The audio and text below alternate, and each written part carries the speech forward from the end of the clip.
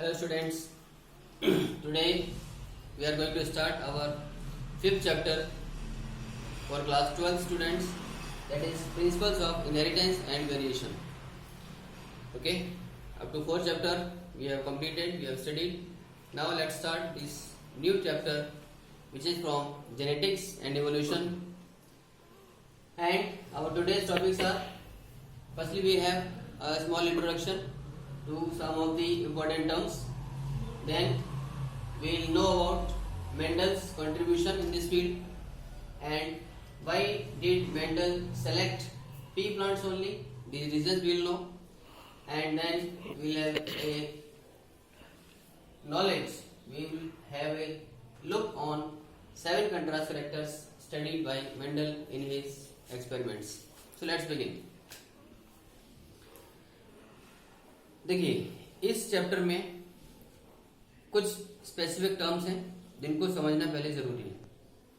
जैसे पहला वर्ड है इसमें जेनेटिक्स.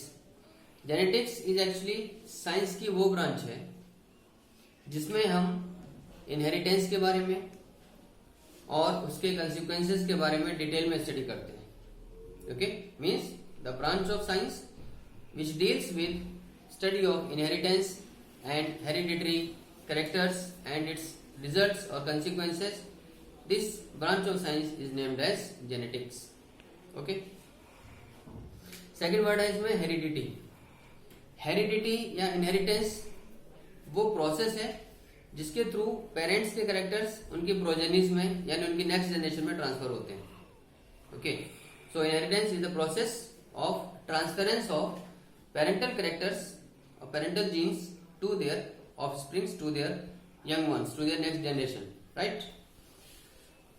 Next term है variation. Variation means differences.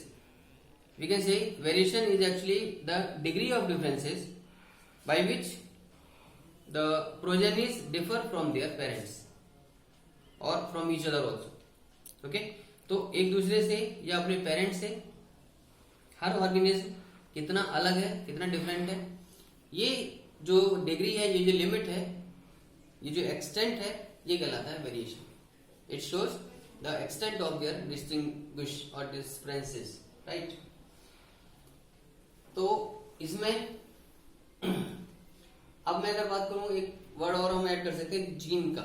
Jeans actually वो यूनिट्स हैं जिनको हम हेरिडिटरी यूनिट्स भी कहते हैं, and these genes are found associated on chromosomes in our cells nucleus, and these genes get transferred during sexual reproduction to their next progenies, next generation progenies. Okay, so genes are our hereditary units which actually get transferred to the next generation, and along with genes certain characters which are governed by them, they also get transferred, and then they form a new combination. We'll see this chapter in detail, that how these new combinations occur and how these variations are found. Okay, now Mendel's contribution. Actually Gregor John Mendel, this is the full name, Gregor John Mendel is father of genetics. उनको father of genetics कहा जाता है क्योंकि Gregor John Mendel ने इस field में बहुत काम किया, बहुत रिमार्केबल काम किया. उन्होंने बहुत सारे एक्सपेरिमेंट्स किए, करीब 7 साल तक उन्होंने एक्सपेरिमेंट्स किए इस फील्ड में, और उनके जो कैलकुलेशंस थे, जो उनके रिकॉर्ड्स थे, जो ऑब्जर्वेशंस थे, वो सारी चीजें उन्होंने बहुत बारीकी से मेंशन की, बारीकी से उनको संभाल के रखा. और बाद में ये पाया गया कि मेंडल के ज्यादातर जो ऑब्जर्वेशंस थे, जो उनकी कैलकुलेशन थी, वो काफी हद तक सही थी. Okay, so because of his marvelous work in this field, because of his exact work or correct work in this field, he was given name as father of genetics. Okay, तो Mendel ने क्या किया, actually Mendel ने, Gregor John Mendel ने sweet pea plants को select किया. Sweet pea plants, मीठी मटर का पौधा, जिसको हम साइंस में साइंटिफिक नेम पाइसम सेटेबम कहते हैं.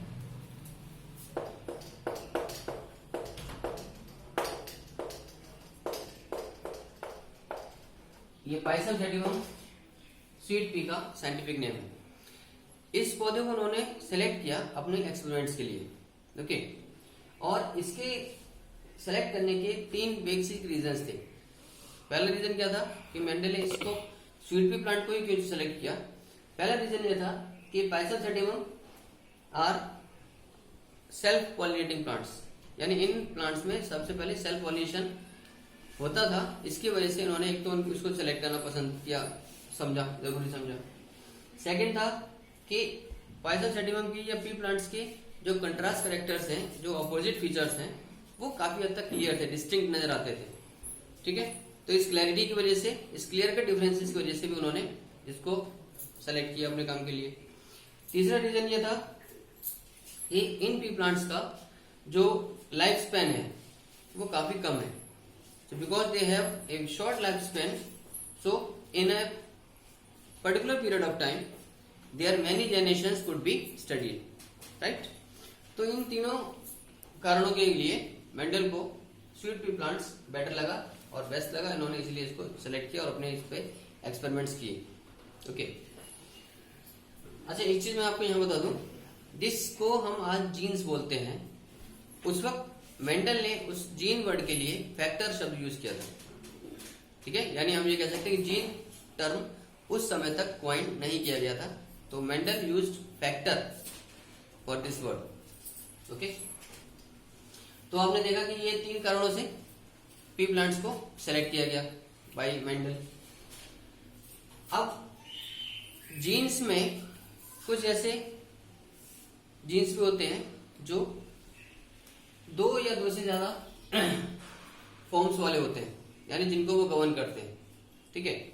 अब उनको बोलते हैं हम एलील्स, यानी एक जीन के हम कह सकते हैं कि 1 से ज्यादा एलील्स होते हैं बिकॉज ऑफ देयर कंट्रास्ट और अपोजिट फीचर्स, ओके।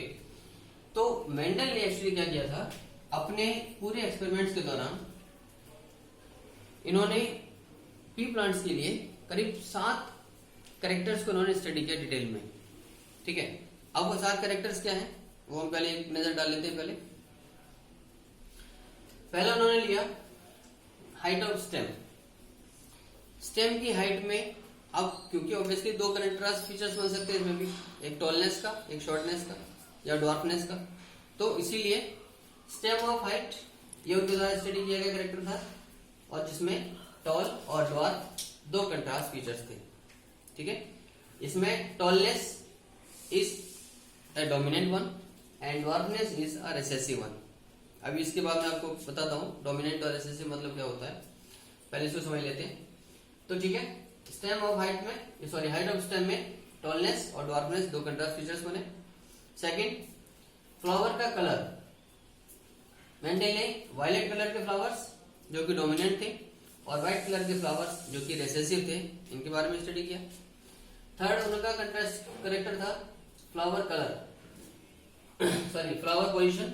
फ्लावर की पोजीशन में मेंडल ने देखा कि एक्सियल पोजीशन वाला डोमिनेंट था और टर्मिनल पोजीशन वाला रिसेसिव था, राइट। नेक्स्ट आता है जो मेंडल ने स्टडी किया, फोर्थ करेक्टर था पॉड शेप। जो मटर का फल आप देखते हैं उसमें जो बाहर छिलका होता है जिसको हम छीलते हैं हम लोग, वो सीड पॉड कहलाता है, जिसके अंदर वो मटर के दाने बंद होते हैं, ठीक है। तो that is called seed pod. अब उस पॉड का शेप भी एक उनका करेक्टर बना, जिसमें 2 कंडीशंस थी, इन्फ्लेटेड और कंस्ट्रिक्टेड। तो इन्फ्लेटेड वाला जो, इन्फ्लेटेड मीन्स फूला हुआ, तो फूला हुआ इन्फ्लेटेड वाला जो पोर्शन था, जो सीड पॉड था, दैट वाज डोमिनेंट, और जो पिचका हुआ कंस्ट्रक्टेड था वो हमारा रिसेसिव फीचर था, ओके। नेक्स्ट है पॉड कलर। उस सीड पॉड का कलर कैसा था, तो कलर में भी 2 कंडीशंस थी, ग्रीन कलर वाला डोमिनेंट, येलो कलर वाला रिसेसिव, राइट। नेक्स्ट है सीड शेप। अब मटर के पौधे, मटर का जो सीड होता है उसका शेप कैसा था, राउंड और रिंकल्ड, ये 2 कंडीशन उन्होंने स्टडी किया। राउंड शेप में गोल वाला जो था वो डोमिनेंट था, और जो रिंकल्ड यानी सिकुड़ा हुआ या झुर्रीदार जो था वो हमारा रिसेसिव बना, ओके। लास्ट कैरेक्टर था सीड कलर। उस सीड का कलर, येलो कलर वाला सीड डोमिनेंट और ग्रीन कलर वाला सीड रिसेसिव, ठीक है। तो ये कैरेक्टर्स थे जो मेंडल के द्वारा स्टडी किए गए in his A number of experiments.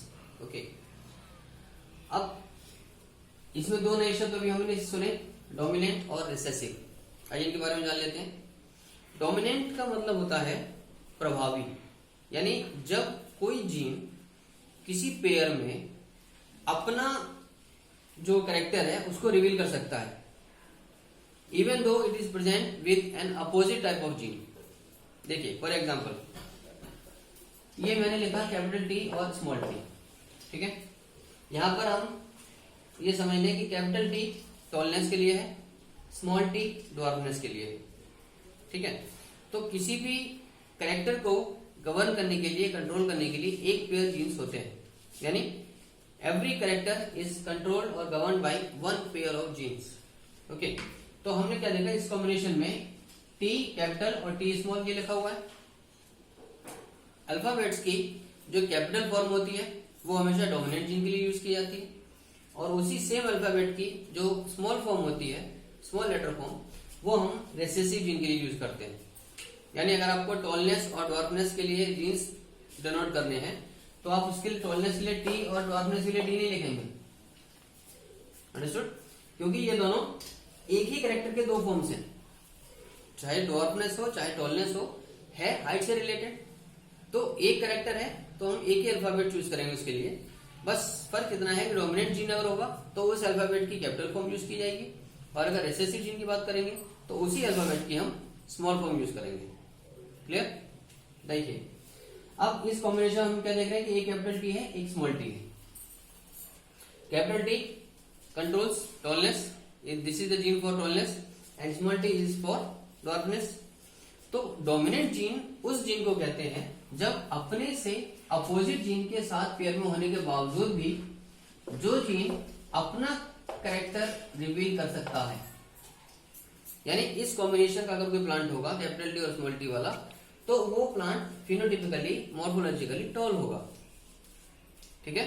तो टॉल प्लांट होने का मतलब भले ही कैपिटल टी और स्मॉल टी दोनों मौजूद है इसमें, लेकिन किसकी चल रही है, किसका असर दिख रहा है, डोमिनेंट जीन का असर दिख रहा है। ओके, तो डोमिनेंट जीन इसीलिए अब आपको समझ आया, वो जीन कहलाता है जो अपोजिट जीन के साथ पेयर में होने के बावजूद भी अपने कैरेक्टर को प्रभावी रूप से दर्शा सकता है, दिखा सकता है। So this is capital D is a dominant gene here because it gives tallness to the plant even though it is present with a small t gene, right? अब देखिए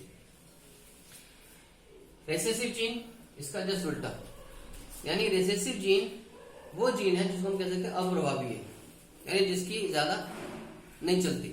ओके, तो स्मॉल टी जीन वाला या recessive gene वो jeans होते हैं जो अपने जैसे सेम टाइप के जीन के साथ पेयर में मौजूद होने के बाद ही अपने कैरेक्टर को रिवील कर पाते हैं। यानी अगर किसी तरीके से किसी प्लांट में दोनों टी स्मॉल पहुंचे हैं उस कैरेक्टर के लिए, हाइट ऑफ स्टेम के लिए, तब उस केस में ही केवल वो प्लांट हमारा ड्वार्फ बनेगा। उस केस में ये प्लांट टॉल हाइट वाला नहीं होगा, क्योंकि यहाँ पर अब एक भी कैपिटल टी मौजूद नहीं है। ओके, तो रेसेसिव जीन आपको समझ में आया। रेसेसिव जीन वो जीन्स होते हैं जो अपने जैसे सेम टाइप के जीन के साथ पेयर में मौजूद होने के बाद ही अपना कैरेक्टर रिवील कर पाते हैं, और जबकि डोमिनेंट जीन वो होता है जो किसी अपोजिट जीन के साथ भी पेयर में अगर मौजूद है तभी उसी डोमिनेंट जीन का कैरेक्टर नजर आएगा प्लांट के अंदर, यानी टॉलनेस का। तो अगर कहीं भी किसी भी कैरेक्टर का अगर कोई कैपिटल लेटर फॉर्म लिखा हुआ है तो it means that is dominant, और अगर स्मॉल लेटर फॉर्म है दैट इज रिसेसिव। ओके, ये चीज आप जब हम क्रॉस देखेंगे तो आगे भी आपको काफी बार इसकी जरूरत पड़ेगी। So this is all for today. Keep reading this chapter very properly because this chapter is very important as well as little bit difficult also. Okay, so we can overcome it by our study, by our hard work. Thank you, God bless you, stay safe, stay home.